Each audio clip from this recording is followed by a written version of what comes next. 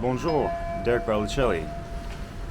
A little something I wanted to say while having a coffee out in the south of France in regards to dissolving the divide and, all the topics we bring up and this and that. We're not fanatics of, all this division and trying to make this word something like have a negative stereotype, because there is one divisive tool or concept, if you will, that Leslie and I both firmly stand upon or behind, and look at me, I'm centered in between both the pillars of the palm trees. They just cut these guys down. They were looking better than before, but yeah, balanced between the scales, like the justice card, with one hand holding the scales, perfectly balanced, and the sword of truth in the other. And the sword divides things. It cuts things in halves. It cuts the falsities and falsehoods from the truth. It cuts in between the difference between right and wrong. And we should be on the side of the former, the right side. And how do we go about that? It's just being aligned to that. Our thoughts, emotions, actions, behaviors.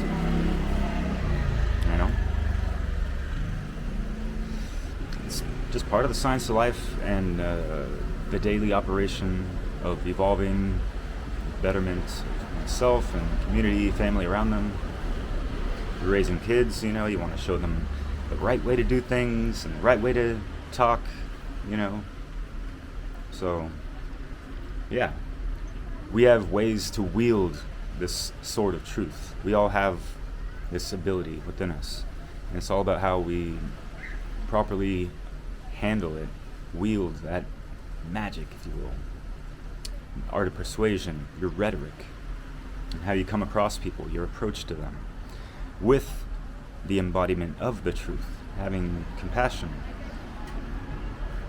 but also being, firm on axioms of truth, what is right, all that stuff. So, cheers. Let's expand on this. I just got a phone call from work saying I don't have to come in for a couple more hours. So, let's talk a little bit more about this. I'm sorry about the background noise, but this is kind of where I live in the temporary moment of the space-time continuum and all that good stuff. But alright, so picture a battlefield where language is the battlefield, kind of like how mind control works in a lot of ways and how this reality is being manipulated. In the land of Babylon, where people babble on false grammar, and then that leads to not the best rhetoric. So yeah, our swords are our words. How is your arsenal of words? How is your articulation of those? How is your interpretation and putting things into context and having references and, because, you see a lot of people have simple discord over language, just from a simple misunderstanding. And with the ego impulsiveness sometimes of people short of breath, they're getting all huffy-puffy sometimes, and it's like that fight or flight mode, kind of, where you see a lot of people are just kind of dismissive and an argument just like, oh, someone walks away. I've been there before. Who hasn't? Kind of, And sometimes it is better that way, but it's been an interesting thing, especially me working in restaurants, to kind of use that art of persuasion, especially when shit is chaotic, things are not going good for the customer or coworkers or whatever,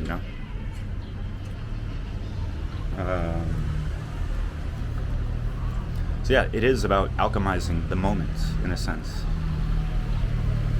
And just like making sense of everything in real time and having a good response ability about it, not being reactive, being more responsive.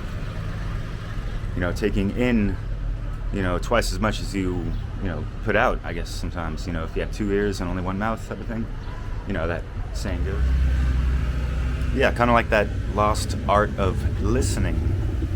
Because what I noticed, like, the difference between being in France and America, and yes, overgeneralizing, but it's just to give people an idea of what my observation is, and what I've heard through, countless conversations. Because as someone who's worked in restaurants for like 15 years in several places in America and in France,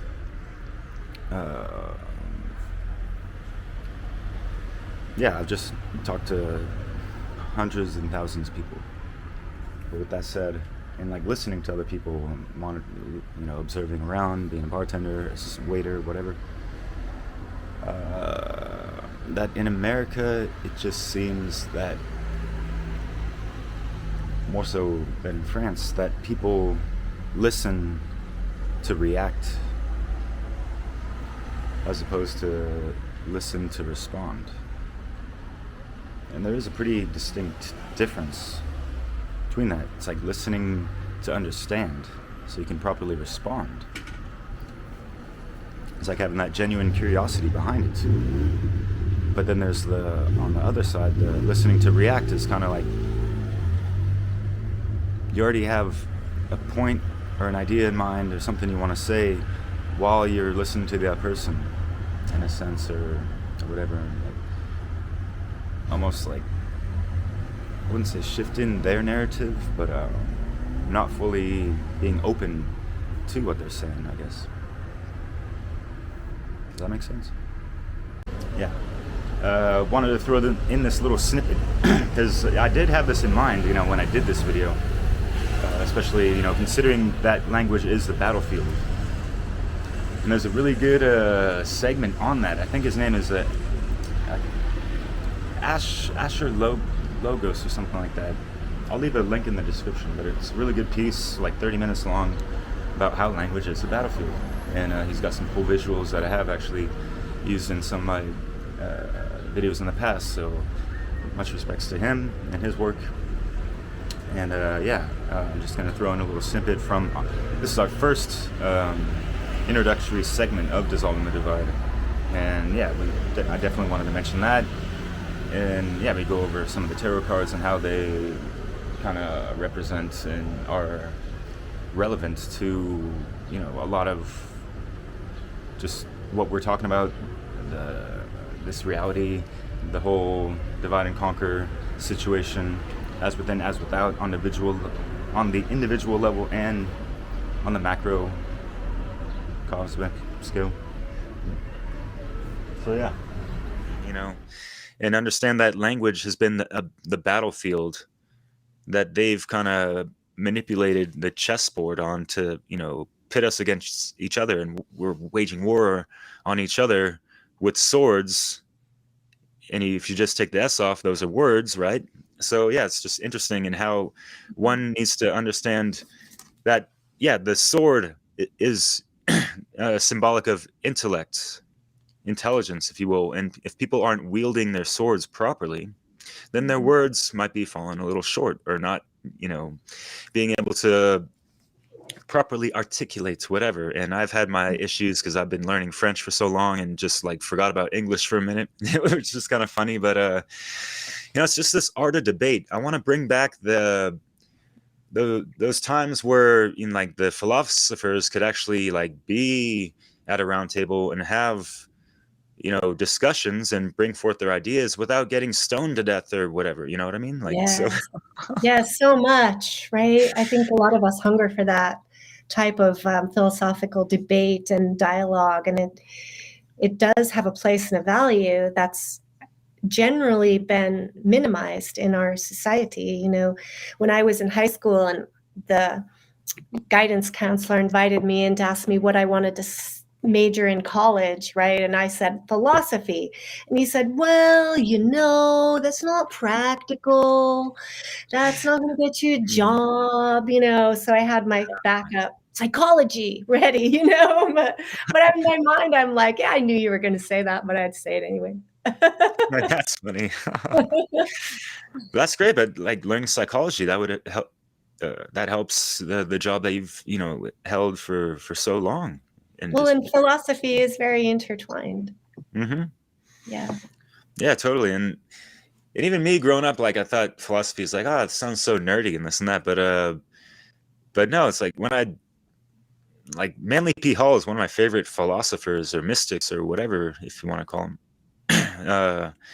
And just like, yeah, taking that approach of like learning about philosophy and just what he speaks about, it's just really fascinating, and you can apply so much to it to improve your life.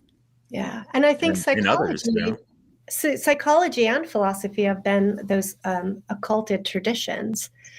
You know, I think that with intention have been occulted because they are holding the master keys to our lives, our spirituality.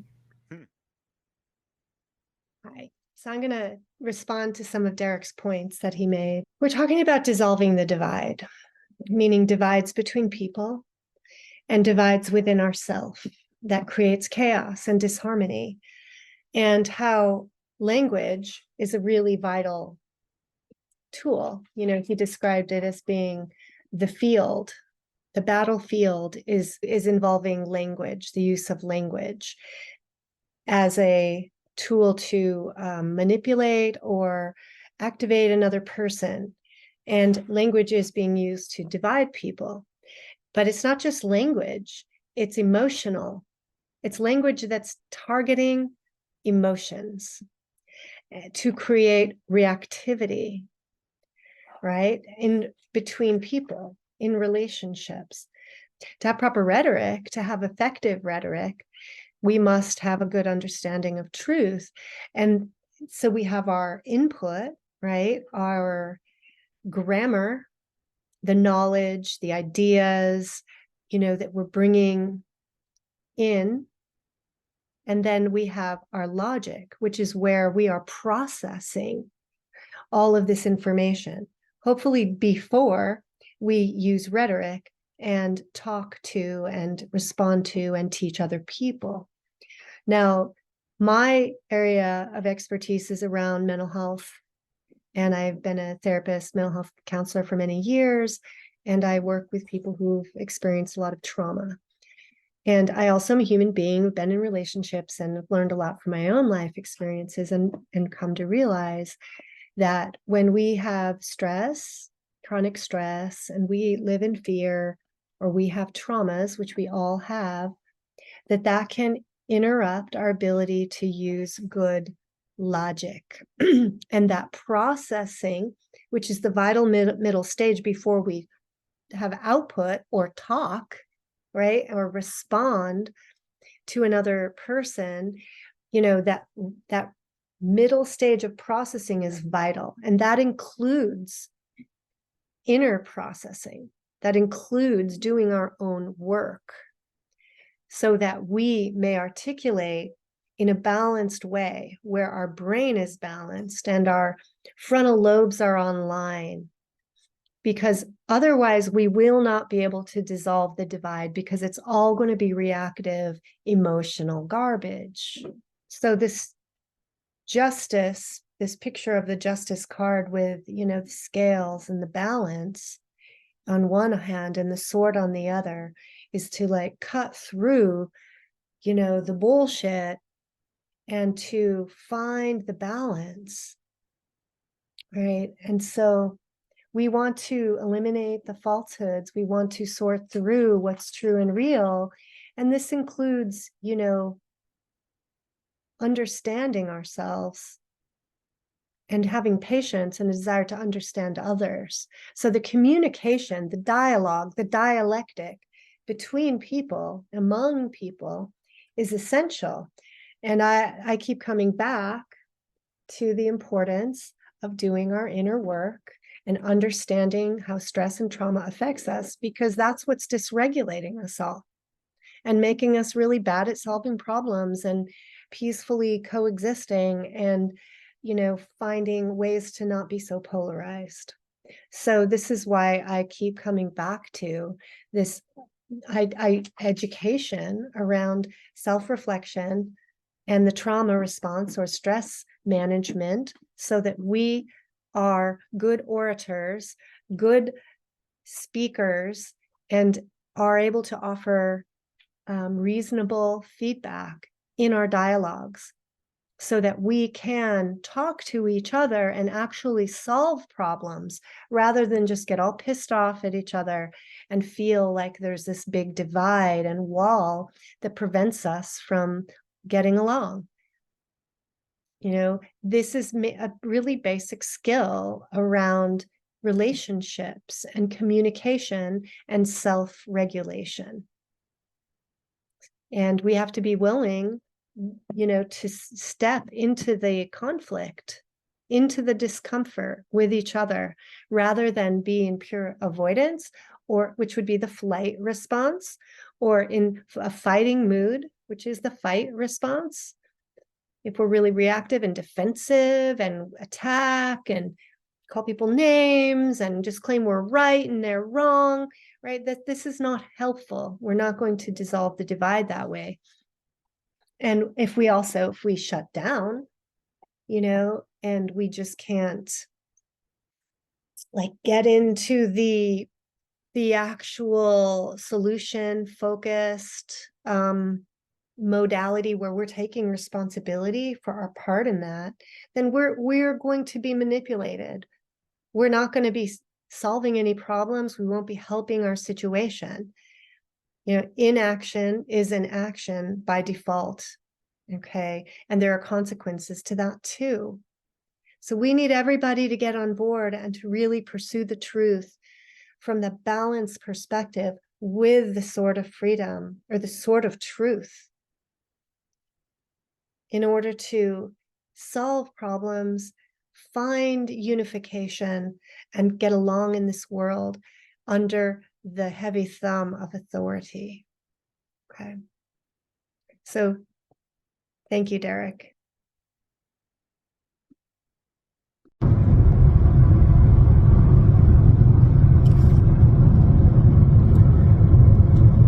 The self-defense principle is relevant to the concept of dissolving the divide, because there's currently a divide between those who claim authority and those who follow authority. And the claim on authority is false. And when we realize this, when we realize that no one is better than us, right? That we all have equal rights, that no one has a right to control us, to dominate us, to have authority over us. No one does. It's false, and it's a fallacy. And so when we realize that, then we recognize that we must sometimes say no, and we must defend ourselves against those that attempt to control and dominate us and use our energy to their benefit and their agenda. That is why the self-defense principle is an important equalizer that we must claim, that we must not be afraid to assert. Okay, I think that we can all agree that life is hard for all of us to some degree. We have all been exposed to hardships and stressors and traumas, all of us.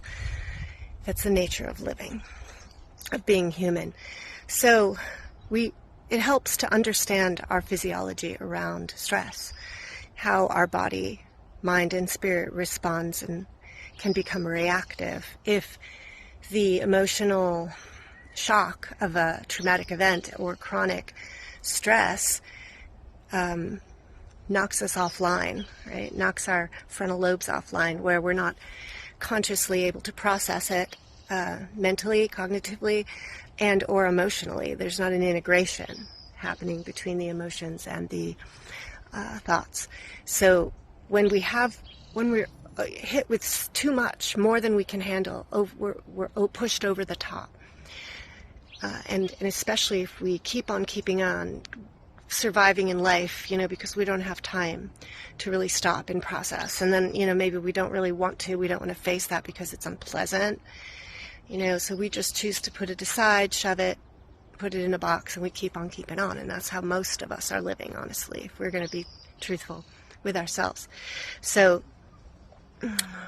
you have to, just kind of look at everybody like that to some extent, and that then we are rather vulnerable, and we're subject to, the input from the outside on any given day, and how sensitive we are is going to depend on how we're feeling on the inside, what's going on there. Some days we're really resilient, we're really have fortitude, other days we don't. We're going to be more reactive. And we might be doing fine from day to day generally when we have control over our life and our routine, but then throw in, an unexpected wrench. A pet gets injured, a kid gets sick, whatever it could be. Sometimes that one thing can push us over the top. Sometimes it can open up some unconscious trauma responses and lead to even an anxiety disorder or depression. And so we need to understand ourselves. If we have a good understanding of our mental health and the way our psychology operates, then we can intervene. We'll know what to do.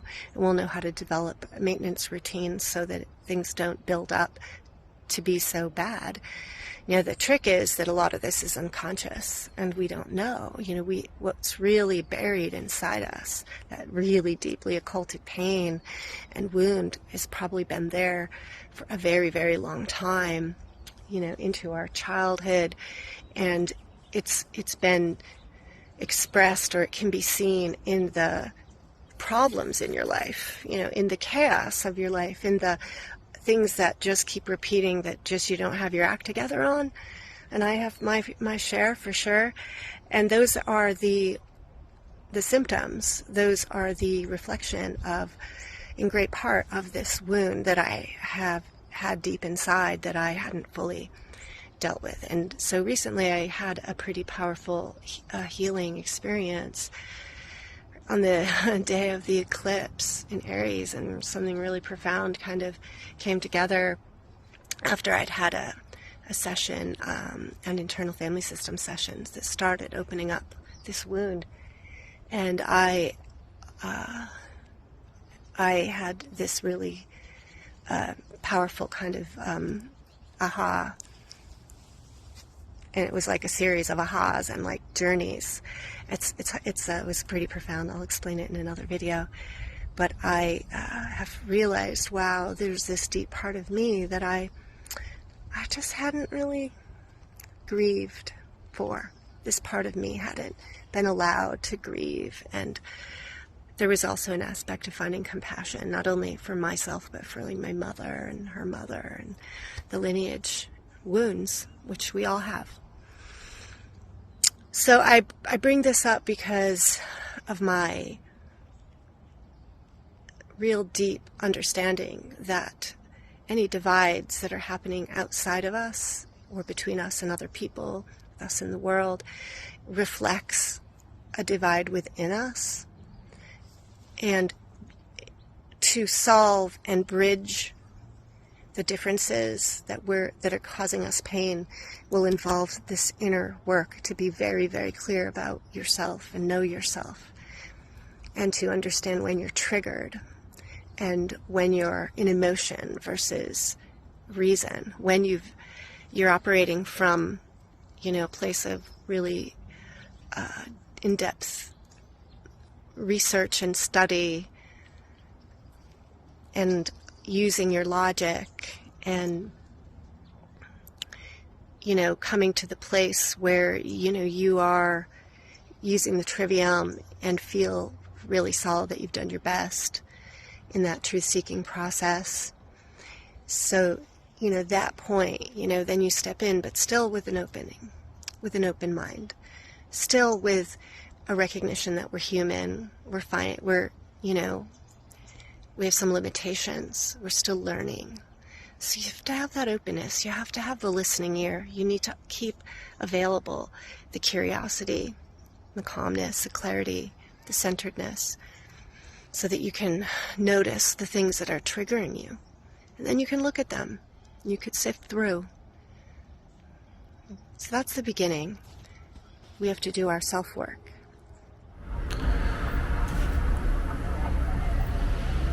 Yeah, we have to really flip the script on the linguistics, which is why my channel was kind of created to begin with. As far as mixing conscious music that has so many incredible varieties and arrays of conscious expressions, and the way these brothers and sisters use wordplay and that word sound power to express some really deep, profound thoughts, convictions, life experiences, and all the sorts that, they're more towards hey, we're all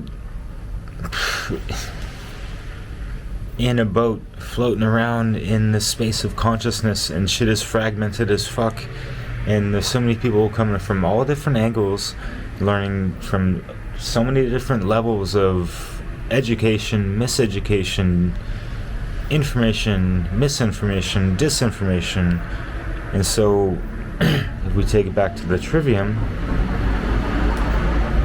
that grammar, logic, and rhetoric, what is the foundational building block on the grammar, and what are people based off of from that in their formative years, when they grow up as their kids, what their influences are, what they've been subjected to, and then how they've processed that, integrated that with that understanding through the logic stage, the second tier of the threefold process of being a conscious, living human being.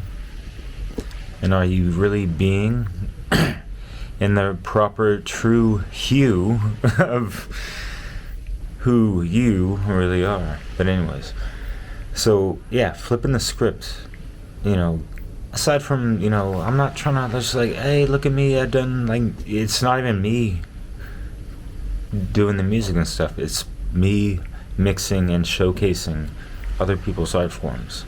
And this is me doing my own stuff right now, live in the flesh. And as far as I'm concerned, what the fuck I want to do when I'm live in the flesh is try to flip the script on certain things that have been such a negative feedback loop and vicious cycle since eons. And yes, I mentioned the language is the battlefield. Well, why the fuck can we not have language be the playground? As I mentioned in a little video clip, playing with words and having fun with it, and just whatever. It's not about twisting language up to where it's distorted beyond comprehension, or the common sense of what people are used to understanding. But it really is going back to the etymology of words, where they derive from, what they really truly mean, and all that stuff.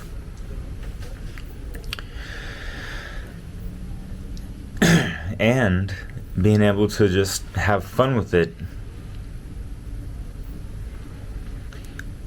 in that art of persuasion, where it doesn't leave an abrasion on people's lack of intelligence or conscious stagnation in regards to just not being up to date with what the fuck is really going on in this world.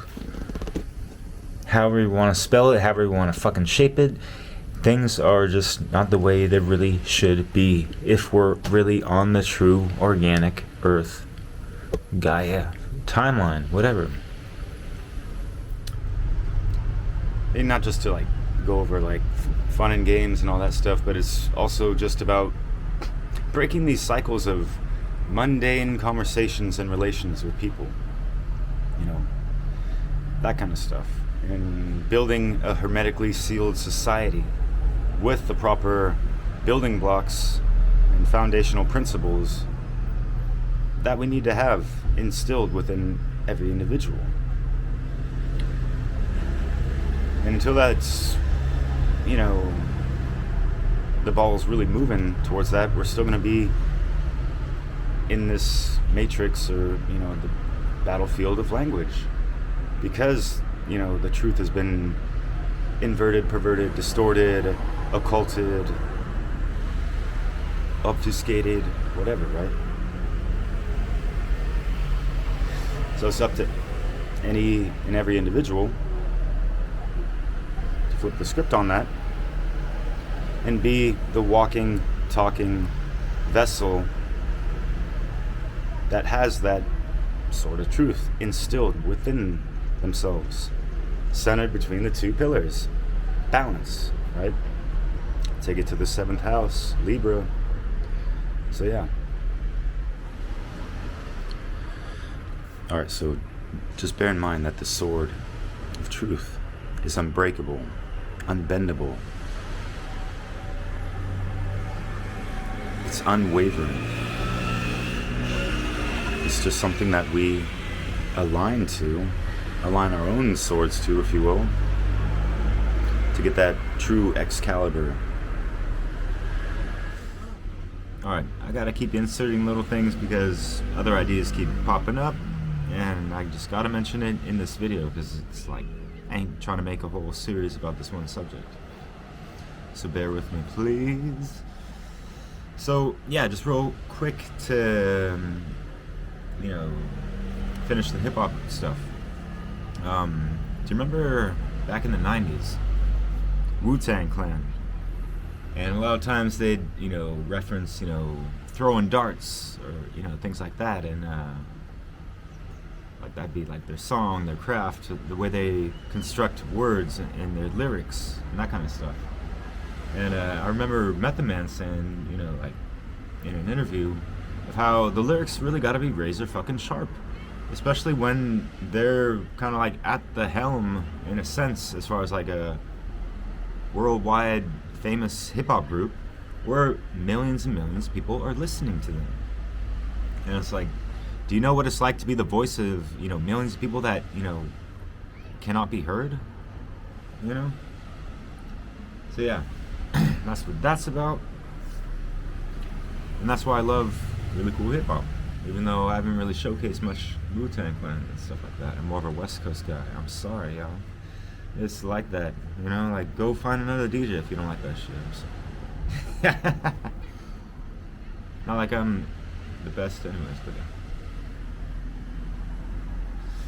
So, as far as like refining your sword, tempering it, sharpening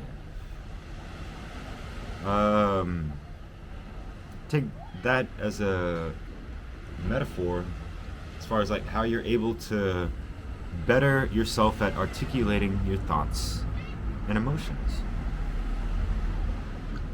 especially in the moment, in the heat of the moment, you know, being able to explain why you're expressing yourself the way you are, or why you're not, you know, satisfied or happy with, you know, a situation or a person or whatever, or even the opposite, like why you're really happy about something and you're able to express a lot of gratitude and appreciation for others, or just like whatever's going on in the moment. I don't know, you tell me. So there's, you know, all these things to consider. Just like, these are things that I try to keep in mind all the time, just to better myself, and just better, and also have a better inner dialogue with yourself. If you do that from the inner, especially before it comes out, you know, that's a good fucking look, yo.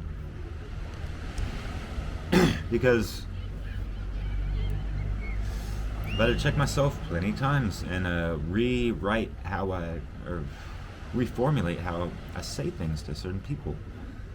Especially if you've been in a relationship for years and years, and like, yeah, I've had a French wife, divorced now, but yeah, there is a little bit of a language barrier, right? I'm not a super 100% fluent French speaker, but I speak pretty well. And for me, what was really key in crossing a certain threshold where at a point I felt comfortable in this country, like in this language, in this different mind state, train of thought, train of speech, different cadences and that kind of shit, is the way I was able to explain myself or my thoughts or feelings about anything at any given time. Even though I didn't have the correct words for it, I could still kind of, maneuver through the linguistics to get the fucking point across, and even just like ask a question like, hey, like, I've been humbled fucking countless times over here, and it's great. It's been really helpful for my just growth and expansion of consciousness. Of course, it goes out again. But try to use things of being misunderstood and misinterpreted as motivation in a good, positive, energetic way of just reformulating what you're trying to say so you can get it across to the certain people. I mean, yeah, I know with certain people, it's just like, you can only say so much and it's fucking over. You just gotta let it be and whatever. And that's, yeah, it's unfortunate, but whatever. So, yeah, so I didn't even mention like darts with the wu-tang Clan stuff. I mean, think of the darts as swords. That's what I meant to say. Like, just like that intellect, that air element, and how they use the voice box to get some messages across. Even though, in my humble opinion, I guess, I find many other artists that, do it more frequently, I guess. But there's different audiences being catered to, so it is what it is. So, yeah. Not all the time. It's just art. Artful forms of expression. Where's yours at? Alright, so speaking about swords, in the Wu-Tang Clan, Jizza Genius, probably one of my favorite MCs from that group, had his classic album called Liquid Swords. And that kind of says it right then and there. Like, the words being liquid, fluid, and how are you moving through that fluidity within, your mind. And as a man, we're kind of getting too much in our head, getting too heady with certain things, overthinking, overanalyzing, whatever. And yeah, there's too much word salad coming from people tossing up whatever. But yeah. And then there's other writings and lore, philosophers that talk about akin to the sword of truth of being the arrow of truth, or things of that nature. Or just think of anything that, a tool or a weapon, if you want to call it, kind of like a sword or a dart, or all the arrows. And voila. Alright, to give you guys a little example real quick of just how you can sharpen your sword, meaning your intellect, the way you construct words and how you come across people, and the art of persuasion, if you will. And I've had to check myself many a times, even this summer a bunch, with trying to check myself and not express frustrational situations and things that I see on a daily fucking basis. Working in a restaurant, you got some newbies and they just don't know how to orient themselves and have the right reflex reaction response to in like just proper fucking etiquette. And yeah, I've kind of snapped at him a couple times, and that just doesn't really help them, whether they're oversensitive or not. You know, like, and it's not like I feel like I'm, or that anyone should feel like they have to walk on fucking eggshells. But there's, you know, just like ways to switch up the tone of speech, just like the tonage of the way we speak. You know, it's kind of sharpening your sword to a manner that is gonna cut through the air, through your vocal cords, out of your mouth, you know, into time, space, towards the ears of anyone that's around that's gonna hear it, right? And the way you craft it is gonna, you know, have a certain way that they're gonna, you know, hear it, resonate with it possibly, and react to it, whether emotionally and, you know, mentally, whatever, right? So check this out, because I'm in France. Hey les gars, putain, allez. Mais vous faites quoi ça? Putain, me fait chier. Vas-y, ça fait 2 minutes quoi, on attend ça. You don't need to understand what I just said, but I'm going to say the same thing in a different way. Hey putain, les gars, mais allez. Ça fait 2 minutes qu'on attend ça. Ça fait chier, mais bon. Allez. T'as compris, mon ami? May we? But yes, may we? But yes, mes amis, my friends. That kind of rhymes in and of itself. And yeah, that's kind of my little jingle and whatever the fuck. But, you know, French is a really cool language, especially when it really seems like half of the English language is derived from French. And French is derived from Latin, and so that really helps with the etymology of things and just like getting that deeper meaning and resonance of certain words and phrases and shit like that. It's pretty cool, you know? That's that holistic linguistics. I was going to say logistics, which is kind of a project I've been putting off a little bit. My YouTube channel got deleted, actually, under that name. I'm going to revamp that with some real, hopefully life-changing stuff, and me actually delving into helping people in real life, one-on-one type of thing, or even in a group situation. More on that later. So yeah, I'm not trying to be a poser or fucking like virtue signal truther stuff or whatever. You know, like flashing tarot cards and all that stuff. And, you know, but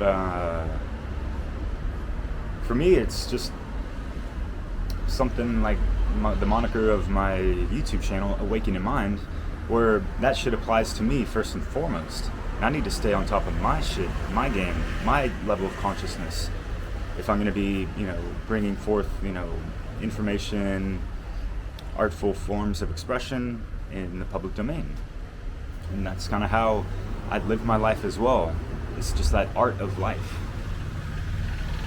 And it's a beautiful thing when you're in touch with your true core intelligence. The I am. Putting the mage in the image of who you really are. Every word is hand-knitted, separating the mage from the image. Yeah. Calculated movements make the visions vivid.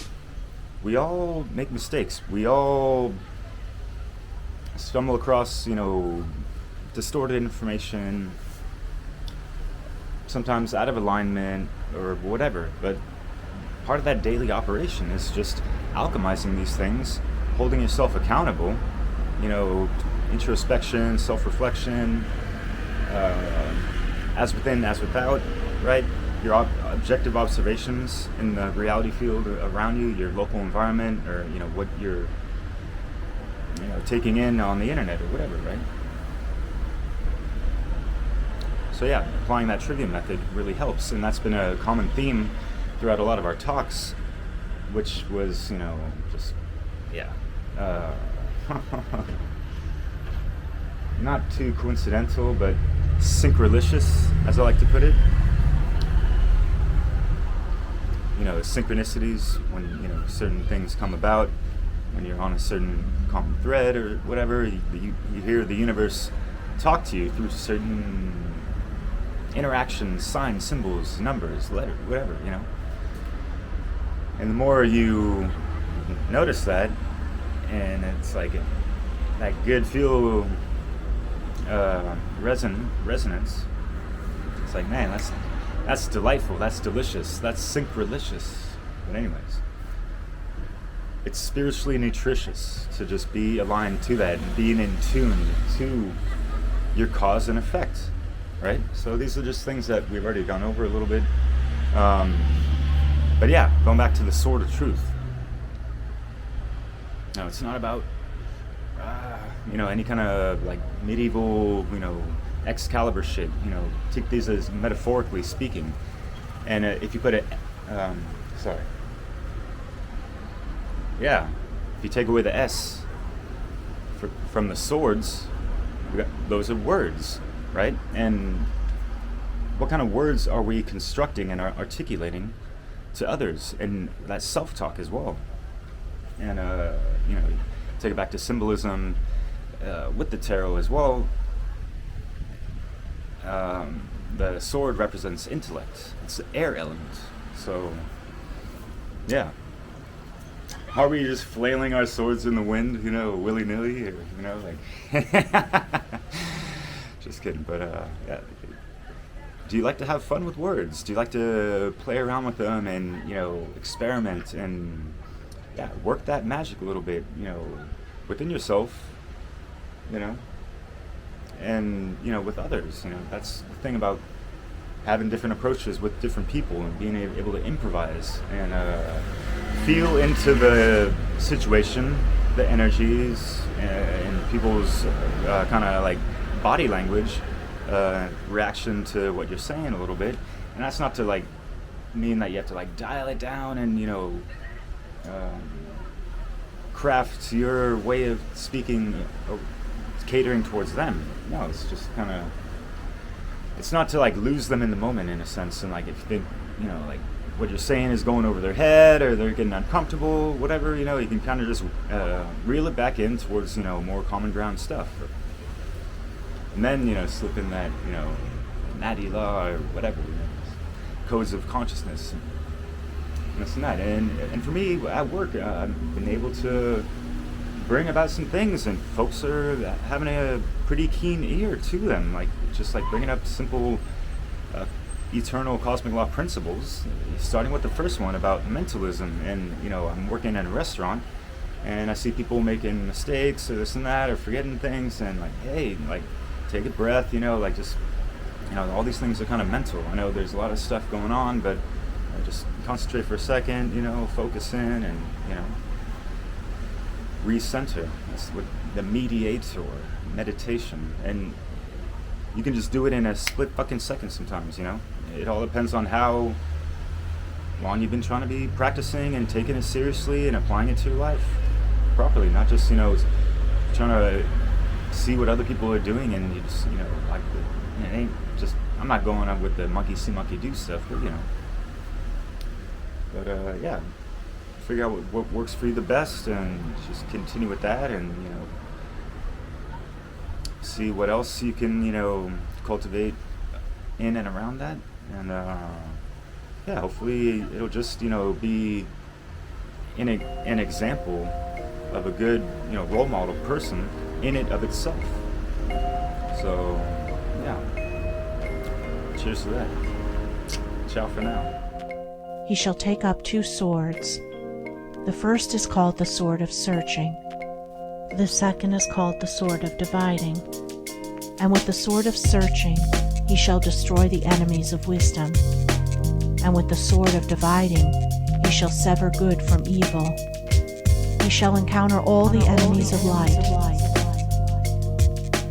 Them that cast the great shadow he shall disperse. Then shalt thou come to know the 3 names of the law of good. The first is justice, the second righteousness, the third love. And remember, folks, if you're not aligned to truth, then you're not wielding the sword of it. So, important point that needs to be made even at the end. And yes, you've heard us kind of talk maybe a little bit too much about the trivium, but it's just been fresh in our minds for even a couple months after the fact of a wonderful conference put on by Leslie Powers, Chris Jansen, Will Keller, and John Rowland, folks that we've had on our show as well as some other people in their network, Grip Rick, for example. And yeah, there was a conference end of June this year, 2023, titled The Trivium, and voila. You can check out their website, Freedom Under Natural Law, or their YouTube channel under the same name, Funnel, that's the acronym, and voila, natural law, baby. Thank you so much for listening, and take care out there. Praises. Science of life. Like I'm reaching for artistic expansion. Level-headed thoughts and actions come together for the mastermind plan and never undermine or underhanded. Over the top, I shake the hand of mankind until he fully understands it. With the way the world is today, too, there seems to be no proper education for me and you. Schools can't provide it, me certainly not. Today, applied knowledge of self is all that we got. Cost self-defense against the system's attacks. That's the way I see life. This is the soundtrack. This is the soundtrack. This is the sound. This is the soundtrack. This is the soundtrack. Expect nothing. Was I rise and hold the fire, bold with wisdom, intellect to dialect to influence the system is the way that we can balance in this physical dimension. So we keeping it strong. For the